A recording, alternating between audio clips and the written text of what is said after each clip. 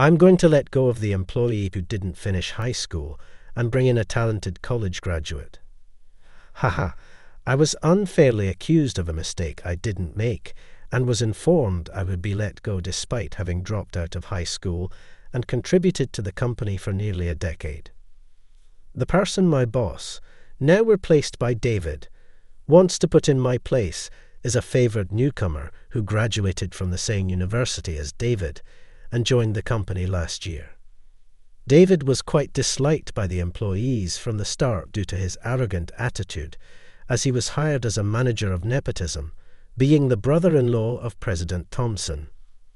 The new hire from the same university probably seemed endearing to him, being one of the few who didn't know enough to keep their distance. But it's unreasonable to think of making him a manager in his second year. Just as I was about to express this, would the underqualified dropout please expedite his departure? Ah, David, mocked me, seeing a junior employee smirking behind him. Tuning David out, I sighed deeply and accepted my termination with it. Understood. I was grateful to President Thompson and didn't hate my job. But what happens next is no longer my concern. Let David and his favourite deal with the consequences. My name is Nathan. I resided with my parents and a younger brother 3 years my junior until our parents divorced when I was in the 3rd grade. I remember how my brother, who was very close to me, cried when it was decided that I would live with our mother and he with our father. My mother didn't want to split us up, saying we were close, but my father strongly objected. Even if my father took both of us, it would be difficult for my mother, who had been a stay-at-home mother, to pay child support for both. And if my mother took both of us and received child support from my father, it would still be a tight life for the 3 of us. It was clear that as we grew older, the cost of food would increase. I didn't want to be separated from my brother either, but I was left speechless when my father asked if I was okay with my brother living hungry. My father argued that it was best for each parent to take one child without child support, claiming it was a mercy for him to take my brother, who had 3 more years of care. Despite my mother's resistance to separate us, she couldn't convince my father. So, at the end of my 3rd grade year, I ended up living with just my mother. My mother, who had been a stay-at-home mother, was worried about finding a job. But she got hired by a home service company within 2 weeks. While she laughed that her housewife experience came in handy, I occasionally caught her in a state of melancholy. She probably worried about my brother. Despite my requests to see my brother, my father always found excuses not to let us meet. Too busy with the new school, tired from daily lessons, no time due to after-school club activities, the reasons varied.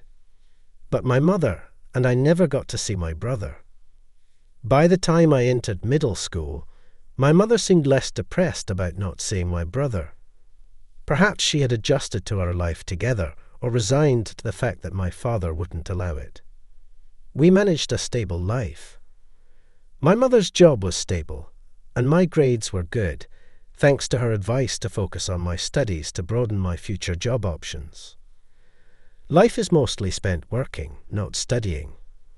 The choice of job can significantly affect one's life quality. Hence, it's wise to work hard in school to increase job options. That was my mother's belief. Though she had been a stay-at-home mother, she was actually a graduate of a prestigious university and had worked for a major company. It seems she resigned from her job at my father's request when they got married, but she regrets that decision now. Being a significant corporation, they offered comprehensive benefits, and numerous parents opted for reduced working hours to accommodate childcare needs. She met my father while he worked at a branch of that company.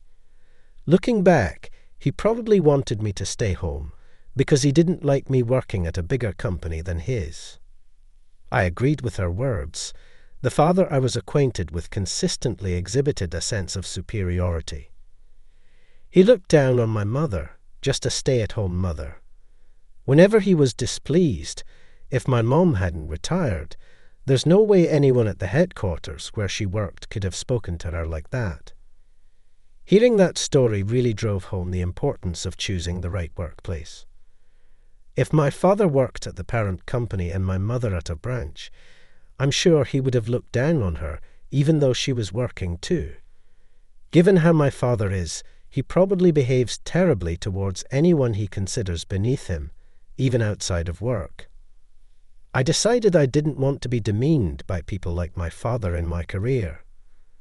Thinking about my future, I enrolled in a technical high school, strong and tidy. The high school I attended ranked around 30th nationwide, indicating it had a fair share of bright students. Perhaps because of that, there weren't a small number of female students, and I even got a girlfriend for the first time in high school.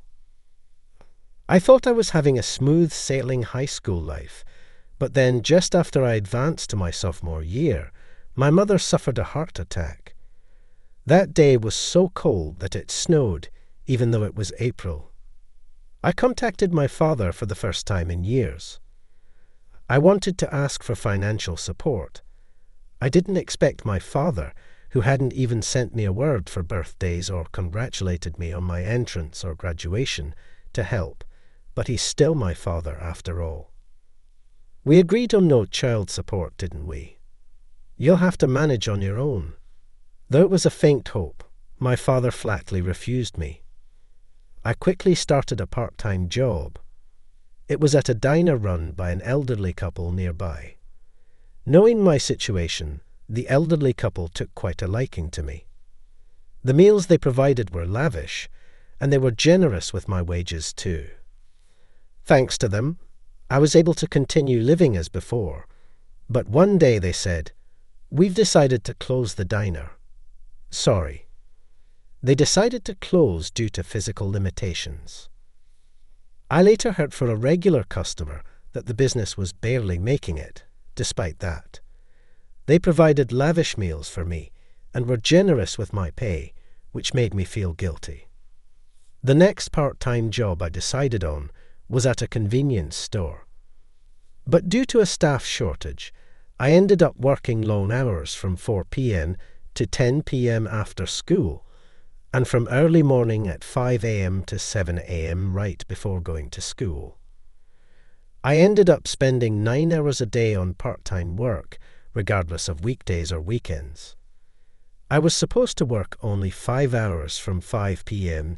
to 10 p.m., but I agreed to help out for a while because they were short-staffed. However, this became the norm, and there was no improvement even after more than 2 months. With almost no free time left, I was dumped by my girlfriend and began to neglect my studies.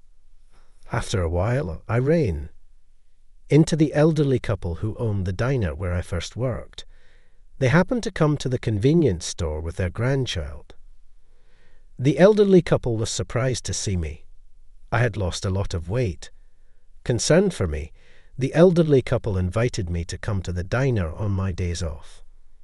Even though the diner had closed, it was also their home, so the couple continued to live there. When I visited them as promised after school on a weekday off from my part-time job, the couple prepared a lavish meal, just like they used to when I worked for them. And then I was informed that I was being made to work illegally. 15 to 18-year-olds can only work 8 hours a day, up to 40 hours a week, according to the law. I was working 9 hours a day without breaks and 54 hours a week with a 6-day work schedule. You'll ruin your health working like that. The couple was worried. But I told them I was thinking of dropping out of school. Since starting the convenience store part-time job, I couldn't keep up with my studies, and being in the same class as my ex-girlfriend was tough. In hindsight, I should have quit the convenience store job and looked for another one, but at the time, I wasn't capable of rational thought. I was preoccupied with thoughts of dropping out.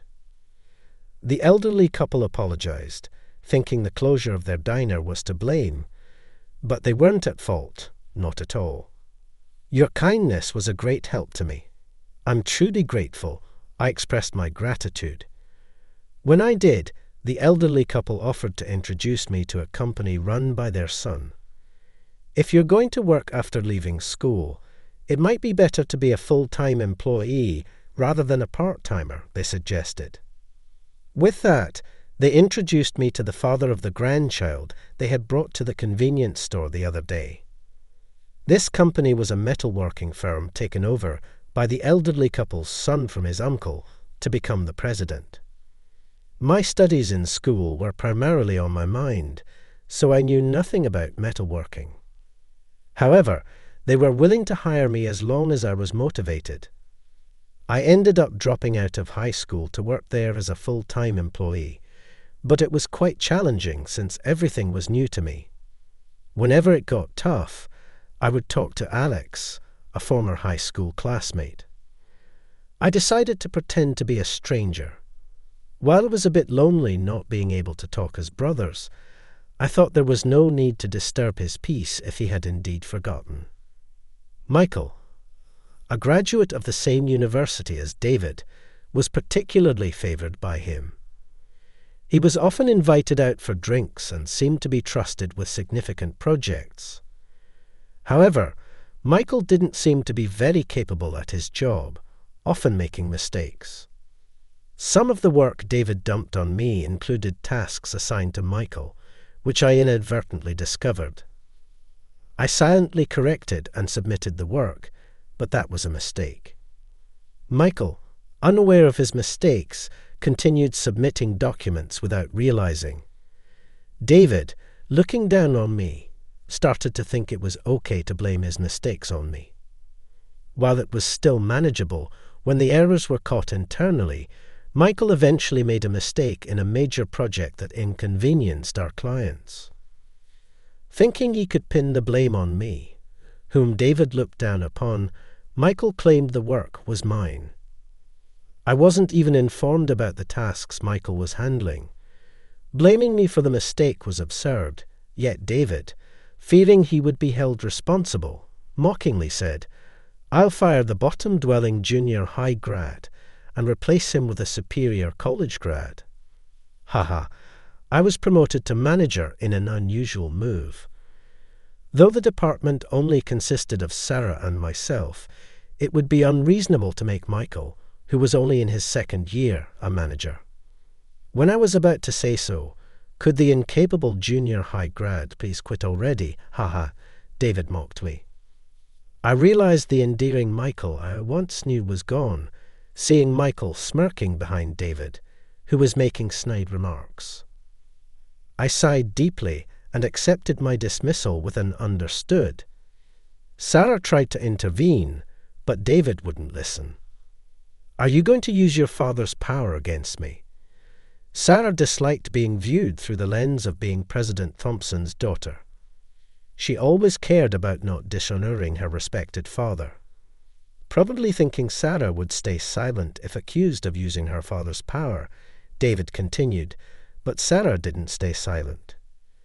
She explained that firing me now would cause more trouble for the company, making it a matter beyond using power. Still, David ignored her words and ordered me to leave immediately. I was grateful to President Thompson and didn't dislike my job, but what happened next was no longer my concern. Let David and his accomplice bear the responsibility. A month later, I was employed at Alex's company. After being dismissed, I immediately contacted Alex and started working for him. It was a small company with only 10 employees, but its annual sales exceeded $5 million. Most of that was from patent profits. In addition to the patents Alex and I obtained, the company had acquired more. Alex's company developed parts and sold the patent technology. During a meeting to plan the next part development, I received a call from Michael. Of course, I didn't answer during the meeting, but the calls kept coming. "Who's calling? Isn't it an emergency?" Alex asked with concern. But after I informed him it was a junior from my previous company, I turned off my phone. After the meeting, I turned on my phone and found a message. "Big bro, my bad. Please answer the phone." It was written like that. Michael recognized me as his brother, yet he had set himself up as an only child and looked down on me, which infuriated me. The reason Michael, who was once so honest and kind, had come to look down on others could only be attributed to our father's upbringing after divorcing our mother and taking Michael with him. It seems my father quickly remarried another woman. Essentially, he had been having an affair. This woman, a career-oriented individual who didn't want children, was apparently willing to raise Michael since he was still young. That's why my father was adamant about taking only Michael. The new woman in his life, who became Michael's stepmother, spoiled him rotten. Anything he wanted was bought for him, and she allowed him to do whatever he wished. Michael came to prefer his indulgent stepmother over our mother, who had scolded him for wrongdoing and taught him to refrain from sweets. Consequently, he began refusing visits with me and our mother. The message detailed these circumstances, but ultimately it seemed to justify his behavior rather than show any remorse. As I read the message, another call came in, this time from David. Wanting to end the nuisance, I answered intending to express my annoyance. But David immediately demanded that I continue to allow him to use the patents at the previous rate. The part Alex and I developed during his summer break happened to be effective for a product my former company was developing. If I had developed the part while at the company, the patent rights would belong to them. But this part was something Alex and I had developed personally. Its economic value was estimated at around $10 billion. However, out of gratitude to President Thompson, I had set the usage fees quite low. Alex had agreed to this, but now that I had left the company, we had returned to the original price. Didn't Sarah say the company would be in trouble without me? It was David who wouldn't listen, right? I had been in charge of the Patent Affairs Department within the General Administration Division, which handled various administrative tasks, including patent applications and licensing. I was promoted to manager because I had obtained patents. It was baffling that David, overseeing the General Administration Division, didn't understand patent matters. Sarah, who had worked under me, was, of course, aware of the patent usage fees. She had tried to persuade David to revoke my dismissal. Unaware of such details, David had no right to complain about the fee increase. After all, it's Alex's company that grants the patent usage permissions, and there's nothing I can do if he's asked about it.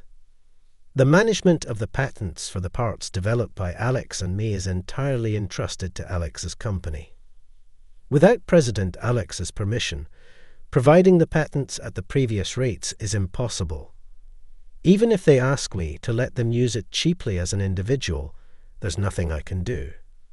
David, learning this for the first time, demanded that the person in charge visit him, demanding that a representative from the company granting the permission come to the company.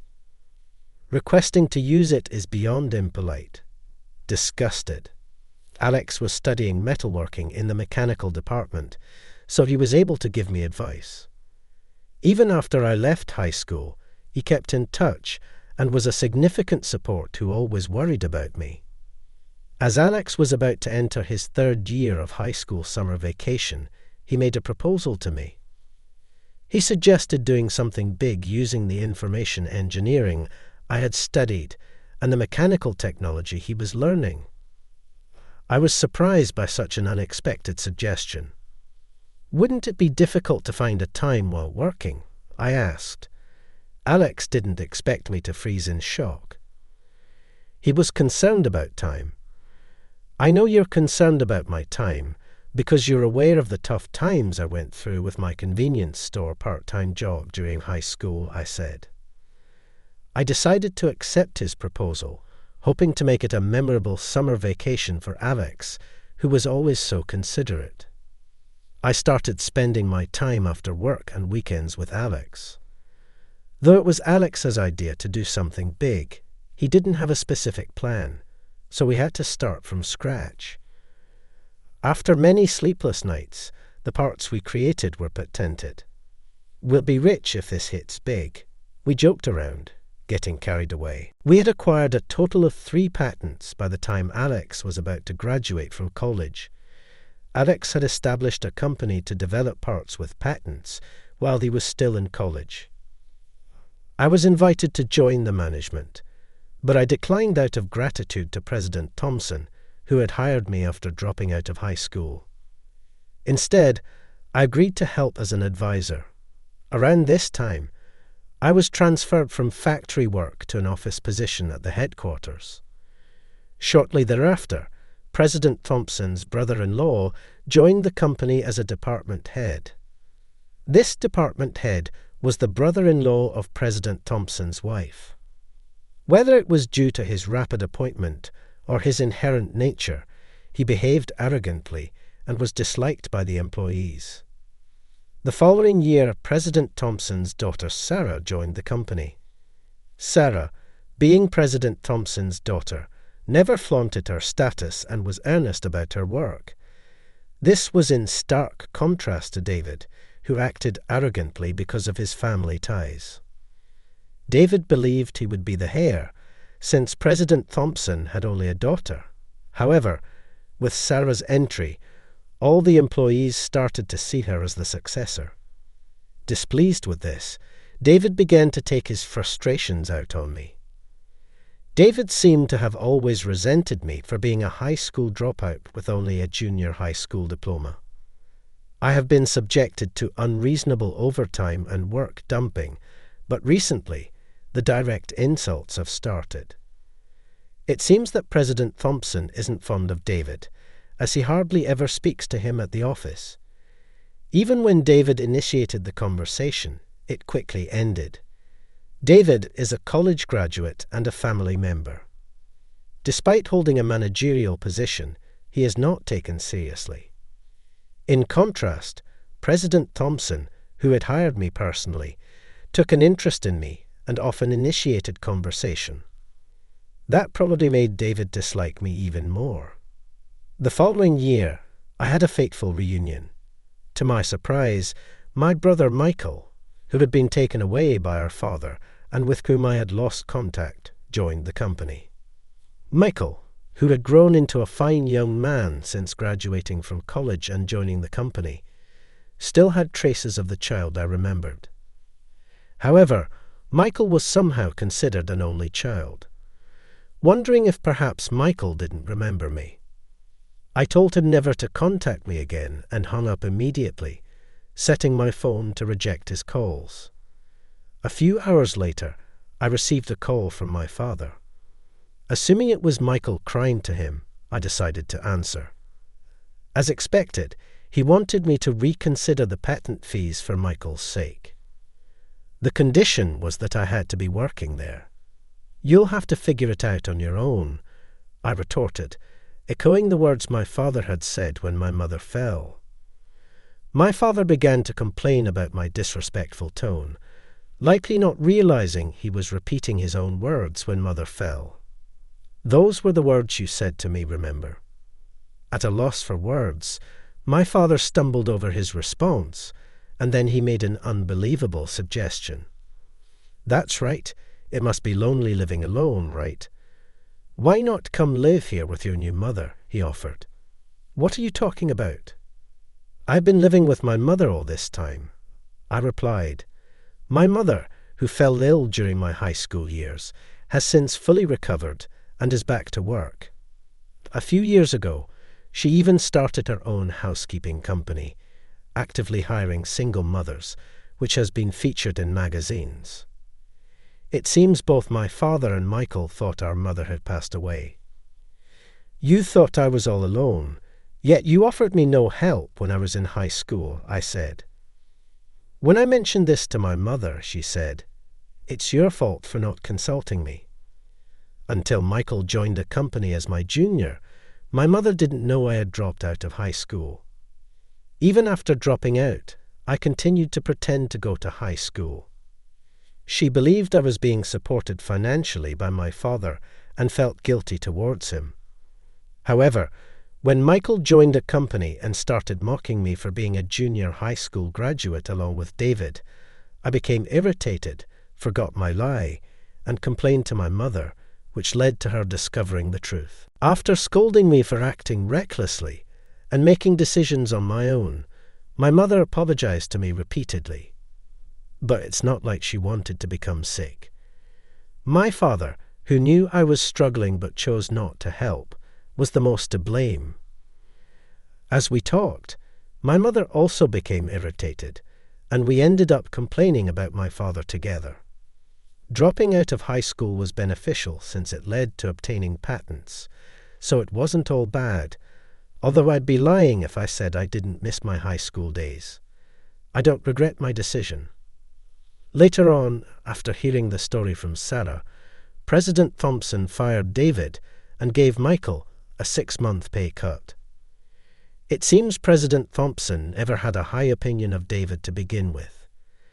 He regretted hiring David, who had been pushed onto him by his wife's sister with a condition that he could be fired if he caused any trouble. Michael, still young, was given a chance for re-education in hopes he might change his ways with just a pay cut. I knew about this because Sarah told me after I left the company. Sarah kept inviting me out to eat, thinking she was trying to appease me over the patent rights. I continuously refused. Eventually, feeling guilty for refusing so many times, I clearly told her, "I don't have the right to decide the price of the patents, so I can only keep refusing your invitations." Sarah was surprised, not realizing I had felt that way about her invitations. She had no such intentions and simply didn't want to become distant from me. She truly just wanted to have a meal with me. Since the patent issue wasn't involved, going out to eat wasn't a problem.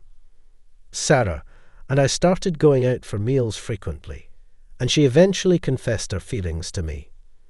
Surprised, as I hadn't expected her feelings to be romantic, I accepted her confession, having harbored some feelings for her myself. Now I'm more smitten with Sarah than she is with me. Although President Thompson asked me to return, I declined, saying I enjoyed my current job.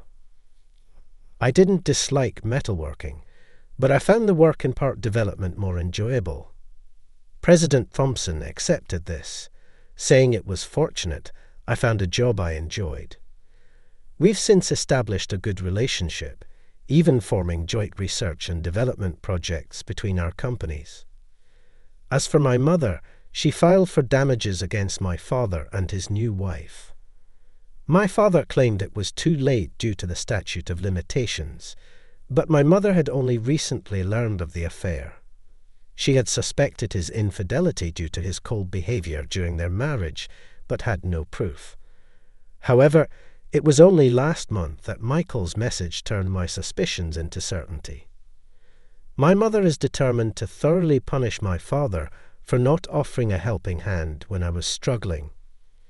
The court ruled in her favor, and my father and his new wife were ordered to pay her damages. They blamed Michael for leaking the information and kicked him out of the house. After being demoted and kicked out, Michael seems to be living a difficult life. It's unclear if that was the reason, but I heard that he was fired for getting involved with a married woman who was giving him money.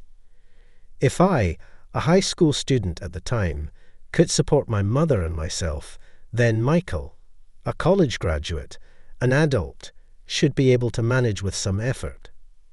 Perhaps a bit of hardship would serve as good medicine for Michael, who had come to look down on others. Furthermore, it seems the lawsuit for damages has led to divorce issues between my father and his new wife. The new wife blamed my father for bringing Michael into the family, and my father blamed the new wife for insisting on it, leading to an unresolved situation. Additionally, My father was seemingly forced to resign from his company, not because the affair was discovered, but because my father's company was also using the patent technology Alex and I developed, and Alex decided not to renew the usage rights.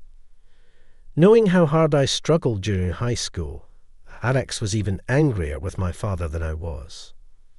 Alex's anger might also stem from being raised by his grandparents. Alex lived with his single mother until middle school, but was sent to live with his grandparents when he entered high school because his mother's new husband refused to take him in. Since then, his mother left everything to the grandparents and lost contact, not even providing child support. Fortunately, Alex's grandparents were reasonably well off, allowing him to graduate from college. But he felt guilty for the trouble he caused them, hoping to repay them by making money through development. Alex proposed we undertake a significant project. When I heard this, I understood why he had been so eager to do something big yet had no specific plan in mind. Alex despises those who fail to fulfill their parental responsibilities. He gets irritated even hearing news stories about children being victimized. So it's no wonder he's even more upset about someone close to him. We developed it with the hope that it would be used for the good of others, and I don't want it used by someone who won't even help his own son, Alex declared, refusing to renew the contract as long as my father was involved with the company. This led to my father being pushed to resign. Initially, my father refused to resign over a past affair, but the cold treatment from those around him became unbearable, and he left.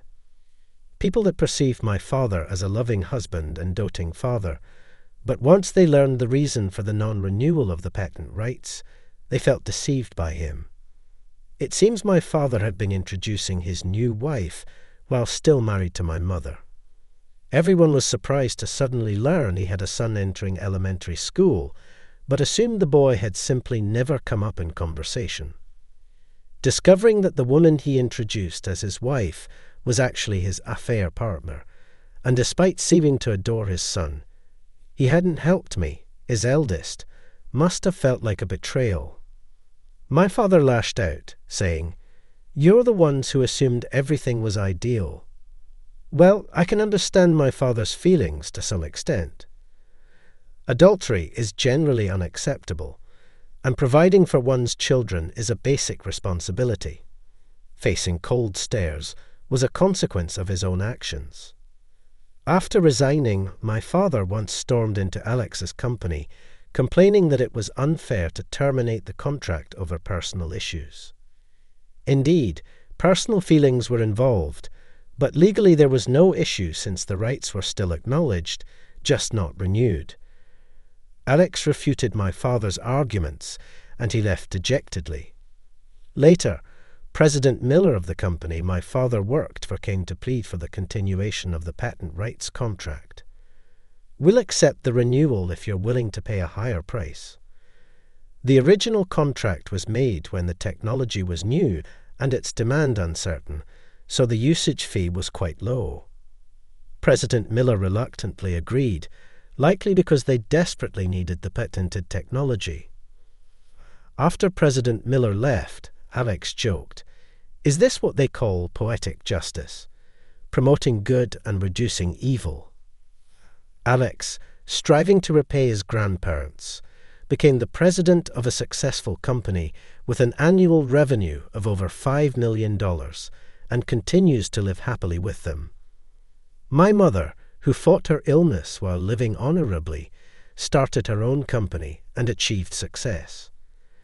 Though we faced hardships, enduring adversities has led us to fulfilling lives doing what we love.